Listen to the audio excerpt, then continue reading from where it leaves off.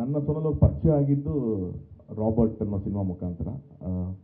ನಾನು ಆ cinema casting ಮಾಡಬೇಕಾದ್ರೆ ಫಸ್ಟ್ ಟೈಮ್ ಅವ್ರನ್ನ ನೋಡಿದ್ದು. ಐ ಥಿಂಕ್ ನಮ್ಮ ಆಫೀಸಿಗೆ ನಾವು ಅವ್ರನ್ನ ಒಂದು ಆಡಿಷನ್ ಥರ ನಾವೇನು ಕರೆದ್ವಿ, ಅವಾಗಲೇ ನಾನು ನೋಡಿದ್ದು.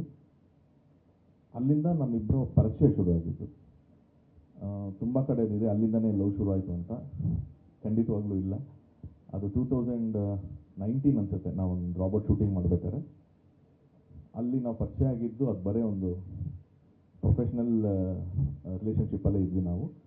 ಅಲ್ಲಿಂದ ಐ ಥಿಂಕ್ ಒಂದು 5 years, 19, 20, 21, 22, 4 ವರ್ಷ ತುಂಬ ಕಾರ್ಡಿಯಲಿ, ವರ್ಷಕ್ಕೆ 2 ಮೆಸೇಜ್. ಅವ್ರ ಬರ್ಡೇಗೆ ನಂದೊಂದು ಮೆಸೇಜು, ನನ್ನ ಬರ್ಡೇಗೆ ಅವ್ರದ್ದೊಂದು ಮೆಸೇಜ್ ಇರೋದು. ಅದು ಬಿಟ್ಟರೆ ಇನ್ನೇನು ಜಾಸ್ತಿ ಇರಲಿಲ್ಲ. ಅದರ ಕಾಮನ್ ಈವೆಂಟಲ್ಲಿ ಸಿಕ್ಕಿದ್ರೆ ಹಾಯ್ ಹಲೋ ಅಷ್ಟೇ ಇದ್ದಿದ್ದು. ಅದಾದಮೇಲೆ 2023ಇಂದನೇ ನಮ್ಮಿಬ್ಬರು ಒಂದು ಬಾಂಡಿಂಗ್ ಶುರುವಾಗಿದ್ದು. ರಾಬರ್ಟ್ ಸೆಟ್ಟಲ್ಲಿ ಆ್ಯಕ್ಚುಲಿ ದರ್ಶನ್ ಸರ್ ಹೆಂಗೆ ಅಂದರೆ, ಸೆಟ್ಟಲ್ಲಿ ಏನೋ ಒಂದು ತಮಾಷೆ ವಿಷಯ ಇರಬೇಕು ಅವ್ರಿಗೆ. ಯಾವಾಗಲೂ ಯಾರೋ ಒಬ್ರು ಕಾಲು ಇಡ್ತಿರ್ತಾರೆ, ಏನೋ ತಮಾಷೆ ಮಾಡಿರ್ತಾರೆ. ಅಲ್ಲಿ ಏನಾಗ್ತಿತ್ತು ಅಂತಂದರೆ, ಇವ್ರದ್ದು ಒಂದು 10 days ಪೋರ್ಷನ್ ಅಷ್ಟೇ ಇದ್ದಿದ್ದು. ಇವ್ರದ್ದು ವಿನೋದ್ ಪ್ರಭಾಕರ್ ಅವರ ಪೇರ್ ಮಾಡ್ತಿದ್ರು. ಸೊ ಇವ್ರ ಪೋರ್ಷನ್ ಒಂದು 10 days ಇತ್ತು. ಯೂಶ್ವಲ್ ಆಗಿ ದರ್ಶನ್ ಸರ್, ವಿನೋದ್ ಸರ್ ಎಲ್ಲ ಬಂದು ರೆಡಿಯಾಗಿ ಬರೋಕ್ಕಿಂತ ಮುಂಚೆ ನಾನು ಬೆಳಗ್ಗೆ 7-8 ಗಂಟೆಗೆ ಶೂಟ್ ಶುರು ಮಾಡಬೇಕು ಅನ್ನೋದಕ್ಕೆ ಇವ್ರನ್ನ ಹೇಳ್ತಿದ್ದೇನೆ, ನೀವು ಬನ್ನಿ ಬೇಗ ರೆಡಿ ಆಗಿಬಿಡ್ತಾರೆ. ಇವರು ಅಷ್ಟು ಸಿನ್ಸಿಯರಾಗಿ ಬೆಳಗ್ಗೆ ಬೇಗ ರೆಡಿಯಾಗಿ ಬರೋರು. ಸೊ ನಾನು ಶೂಟ್ ಮಾಡ್ಬೇಕಾದ್ರೆ ಅವಾಗ ದರ್ಶನ್ ಸರ್ ಬರ್ಬೇಕಾದ್ರೆ ಇದು ಶೂಟ್ ನಡೀತಾ ಇದ್ರೆ ಬಂದು ಮಾನಿಟ್ರಿಂಗ್ ನೋಡೋರು. ಏನಕ್ಕೆ ಇಷ್ಟು ಚೆನ್ನಾಗಿ ಫ್ರೇಮ್ ಇಟ್ಟಿದ್ಯಾ ನೀನು, ಇವ್ರಿಗೆ ಮಾತ್ರ ಯಾಕೆ ನೀನು ಫ್ರೇಮ್ ಇಡ್ತೀಯಾ, ನಮಗೆಲ್ಲ ಯಾಕೆ ಚೆನ್ನಾಗಿ ತೋರಿಸಲ್ಲ ನೀನು. ನಾನಿಲ್ಲ ಬಾಸ್, ಅದು ರೆಗ್ಯುಲರ್ ಎಲ್ಲ ಹೆಂಗಿದ್ದೀನಿ ಹಂಗೆ ಅದು ಅಷ್ಟೇ ಅಂತ ಹೇಳ್ತಿದ್ದೆ. ಓ ಇಲ್ಲ ಇಲ್ಲ, ನೀನೇನು ಲೈನ್ ನೋಡ್ತಾ ಇದೆಯಾ ನೀನು ಇಲ್ಲಿ. ಸೊ ಅಲ್ಲಿಂದ ಅವರು ಕಾಲಿಡಕ್ಕೆ ಶುರು ಮಾಡಿದ್ರು. ಸೆಟ್ಟಲ್ಲಿ ರೇಗಿಸ್ತಾ ಇರೋರು. ನಾನು ಸೆಟ್ಟಿಗೆ ಯಾವತ್ತೂ ಒಂದ್ಸಲ ನಮ್ಮಮ್ಮ ಬಂದಿದ್ರು, ಏನು ನಿಂಗೆ ಓಕೆನಾ ಇವ್ರನ್ನ ಮದುವೆ ಮಾಡ್ಕೊಡ್ಲಾ ಅಂತ. ನಮ್ಮಮ್ಮನ ನೀನು ಯಾರನ್ನು ತೋರಿಸಿ ಓಕೆನಪ್ಪ ಅಂತ. ಸೊ ಇಟ್ ವಾಸ್ ಒಂದು ಜನರು ತಮಾಷೆನೇ ಹೇಳ್ತಿದ್ರು. ನಾನು ಅದು ಅಷ್ಟೇ ಒಂದು ತಮಾಷೆಗೆ ಇತ್ತು. ಒಂದು ಶೂಟ್ ಮುಗಿದ ಮೇಲೆ ಅದು ಬಿಟ್ಬಿಟ್ಟಿದ್ವಿ. ಅದಾಗಿ ಒಂದು ಎಷ್ಟೋ ವರ್ಷ, ಅದು ಮೋಸ್ಟ್ಲಿ ಅದು ಆ ಸೆಟ್ಟಲ್ಲಿ ಅದು ಮಾತಾಡಿದ್ದಕ್ಕೆ ಅಲ್ಲಿಂದ ಸ್ಪ್ರೆಡ್ ಆಯ್ತು ಏನೋ ಗೊತ್ತಿಲ್ಲ. ಸೋನಲ್ ಅವ್ರು ಹೇಳೋ ಪ್ರಕಾರ ಅದು ಆಲ್ಮೋಸ್ಟ್ ಎಲ್ಲ ಇವ್ರು ಯಾವ ಶೂಟಿಂಗ್ ಸೆಟ್ ಹೋದ್ರು ಅಲ್ಲೆಲ್ಲ ಕೇಳೋರಂತೆ, ನೀವು ತರುಣವರು ಡೇಟ್ ಮಾಡ್ತಿದ್ದೀರಾ ಹೇಗೆ ಅಂತ. ನಮಗೆ ಪರಿಚಯನೂ ಇರಲಿಲ್ಲ ಅವಾಗ. ಸೊ ಅಲ್ಲಿಂದ ಒಂದು ಅದು ಆ ಥರ ಒಂದು 4 years ಗ್ಯಾಪ್ ಆಗಿತ್ತು. ನಾನು ಮತ್ತೆ ಕಾಟೇರ ಶುರು ಮಾಡಿದಾಗ ನಾನು ಶೂಟಿಂಗ್ ಮಾಡ್ಬೇಕಾದ್ರೆ ಒಂದು ದಿವಸ ನನ್ನ ಸ್ನೇಹಿತರಲ್ಲಿ ಸುಧಾಕರ್ರು, ಚಿಕ್ಕಣ್ಣ ಇವರೆಲ್ಲರೂ ಮತ್ತೆ ಯಾವಾಗಲೂ ಹೇಳೋರು ನನಗೆ, ಇಲ್ಲ ನಿಮ್ಮ ಸೋನಲ್ಲಿ ಚೆನ್ನಾಗಿ ಒಂದು ಪೇರ್ ಆಗ್ತಾರೆ, ನೀನು ಯಾಕೆ ಯೋಚನೆ ಮಾಡಲ್ಲ.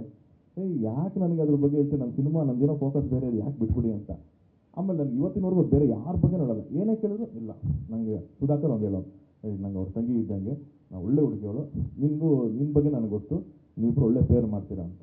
ನನಗೆ ಯಾಕೆ ಹೇಳ್ತೀರಾ ನೀವು, ಬಿಡಿ ನನ್ನ ಅಂತ ನಾನು ಹಂಗೆ ಅವಾಯ್ಡ್ ಮಾಡ್ಕೊಂಡು ಬರ್ತಾಯಿದ್ದೆ. ಕೊನೆಗೆ ಒಂದು ದಿವಸ ಸೋನಲ್ ಅವರು ಫೋನ್ ಮಾಡ್ತಾರೆ ನನಗೆ, ಮಾಡಿಬಿಟ್ಟು, ಸರ್ ಇದು ನಿಮಗೆ ಗೊತ್ತಾ ವಿಷಯ, ಎಲ್ಲ ಕಡೆನೂ ನಾವಿಬ್ಬರು ಡೇಟ್ ಮಾಡ್ತಿದ್ದೀವಿ ಅಂತ ಹಿಂಗೆ ಮಾತಾಡ್ತೀರಾ ಸರ್, ನಾನು ಯಾವ ಸೆಟ್ಟಿಗೆ ಹೋದ್ರೂ ಆ ಥರ ಫೀಲ್ ಮಾಡ್ತಿದ್ದಾರೆ. ಸೊ ನಾಳೆ ನಿಮಗೇನೋ ಇದು ಬಂದರೆ ನನ್ನ ಬಗ್ಗೆ ಏನು ತಿಳ್ಕೊಬಿಡಿ ಸರ್, ನಾನು ಎಲ್ಲೂ ಆ ಥರ ಮಾತಾಡಿಲ್ಲ ಅನ್ನೋದು ಶುರು ಮಾಡೋದು. ನಾನು ಒಂದು ಇಲ್ಲ ನನಗೂ ಗೊತ್ತಿಲ್ಲ, ಯಾಕೆ ಹೋದಾಗಲೆಲ್ಲನೂ ನನ್ನ ಫ್ರೆಂಡ್ ಸರ್ಕಲು ನಿಮ್ಮ ವಿಷಯ ಮಾತ್ರ ಹೇಳಿದ್ದಾರೆ, ಬಿಡಿ ಆ ಥರ ಏನು ಕನ್ಫ್ಯೂಷನ್ಸ್ ಏನಿಲ್ಲ ಅಂತಂದು. ದೆನ್ ಅವಾಗ ಮಾತಾಡಬೇಕಾದ್ರೆ ಅಂತಿದ್ದು, ಯಾಕೆ ಇದು ಒಂದು 3-4 years ರಿಪೀಟೆಡ್ ಆಗಿ ಬರ್ತಾನೆ ಇದೆ ಇದು ಅಂತಂದರೆ ಏನು, is it that universe that is trying to connect us, ಅಥವಾ ಒಂದು ನನಗೊಂದು ಅರೇಂಜ್ ಮ್ಯಾರೇಜ್ ಆಗಿ ಒಂದು ಪ್ರಪೋಸಲ್ ನಿಮ್ಮ ಥರ ಬಂದಿರೋ ಖಂಡಿತವಾಗಿ ನಾನು ಕನ್ಸಿಡರ್ ಮಾಡ್ತಿದ್ನೇನು, ಹಾಗಿದ್ರೆ ಮಾತಾಡಿ ನೋಡೋಣ, if that is happening then let us talk ಅಂತ. ಐ ಥಿಂಕ್ 23 January, February ಅದು ಮಾತುಕತೆ ನಾವು ಜನರು ಅರ್ಥ ಮಾಡ್ಕೊಂಡು ಅಟ್ಲೀಸ್ಟ್ ಅಂತ ಒಂದು ಶುರುವಾಗಿದ್ದು. ಫ್ರೆಂಡ್ಶಿಪ್ ಇನ್ನೊಂಚೂರು ಕ್ಲೋಸ್ ಆಗಿ ಮೂವ್ ಆಯಿತು. ಅಲ್ಲಿಂದ ಹೋಗ್ತಾ ಒಂದು ಮೈಂಡ್ ಸೆಟ್ ಅರ್ಥ ಮಾಡ್ಕೊಳ್ಳೋಕೆ ಶುರು ಮಾಡಿದ್ವಿ. ನಾನು ಫಸ್ಟ್ ಹೇಳಿದ್ದು, ದಯವಿಟ್ಟು ನನ್ನನ್ನು ಅರ್ಥ ಮಾಡ್ಕೊಳ್ಳಿ, ನಾನೇ ತುಂಬ ಕಾಂಪ್ಲಿಕೇಟೆಡ್ ಇದ್ದೀನಿ, ನೀವು ತುಂಬ ಸಿಂಪಲ್ ಇದ್ದರೆ ನನ್ನನ್ನು ಅರ್ಥ ಮಾಡ್ಕೊಳ್ಳಿ, ನನ್ನ ವರ್ಕ್ ಪ್ಯಾಟ್ರನ್ನು, ನನ್ನ ಮೈಂಡ್ ಸೆಟ್ಸು ಅನ್ನೋದು ಪಾಯಿಂಟ್ ಮೇಲೆ ಶುರುವಾಗಿದ್ದು. ಅದು ಫಾರ್ ಫ್ಯೂ ಮಂತ್ಸ್ ಅದು ಟ್ರಾವೆಲ್ ಆಯಿತು. ನಾನು ಶೂಟಿಂಗಲ್ಲೇ ಬ್ಯುಸಿ ಇದ್ದೆ. ಸೊ ಯಾವಾಗ ಫೋನಲ್ಲಿ ಮಾತಾಡೋದು ಈ ಥರನೇ ಆಗಿದೆ. ಅಂದರೆ ಮೈಂಡ್ ಸೆಟ್ ಅರ್ಥ ಮಾಡ್ಕೊತಿದ್ವಿ, ಏನು ನಾವು ನೋಡ್ತಿದ್ವಿ, ನನ್ನ ಫ್ಯೂಚರ್ ಏನು ನಾನು ಯೋಚನೆ ಮಾಡ್ತಾಯಿದ್ದೀನಿ, ಅವರ ಫ್ಯೂಚರ್ ಅವ್ರೇನು ಪ್ಲ್ಯಾನ್ ಮಾಡ್ತಿದ್ದಾರೆ, ಫ್ಯಾಮಿಲೀಸ್ ಹೇಗಿದೆ, ಇದ್ರ ಬಗ್ಗೆನೇ ಯೋಚನೆ ಮಾಡ್ಕೊಂಡ್ಬಂದ್ವಿ. ದೆನ್ ಒಂದು point of time we started connecting, thinking level same ಇದೆ, ಫ್ಯೂಚರ್ ಒಂದೇ ಥರ ನೋಡ್ತಾ ಇದ್ದೀವಿ, ಒಂದು ಕನೆಕ್ಷನ್ ಇದೆ ಅನ್ನೋದು ಅಲ್ಲಿಂದ ಶುರು ಆಯಿತು. Then we both agree to each other. But ನನಗೊಂದು ಒಂದೇ ಒಂದು ಅವ್ರಿಗೆ ರಿಕ್ವೆಸ್ಟ್ ಮಾಡಿದ್ದೆ, ದಯವಿಟ್ಟು ನನಗೆ ಕಾಟೇರ ರಿಲೀಸ್ ಆಗೋ ತನಕ ನನಗೊಂಚೂರು ಟೈಮ್ ಕೊಡಿ. ನನ್ನ ಹೋಲ್ ಫೋಕಸ್ ಆ ಸಿನಿಮಾ ಮೇಲಿದೆ.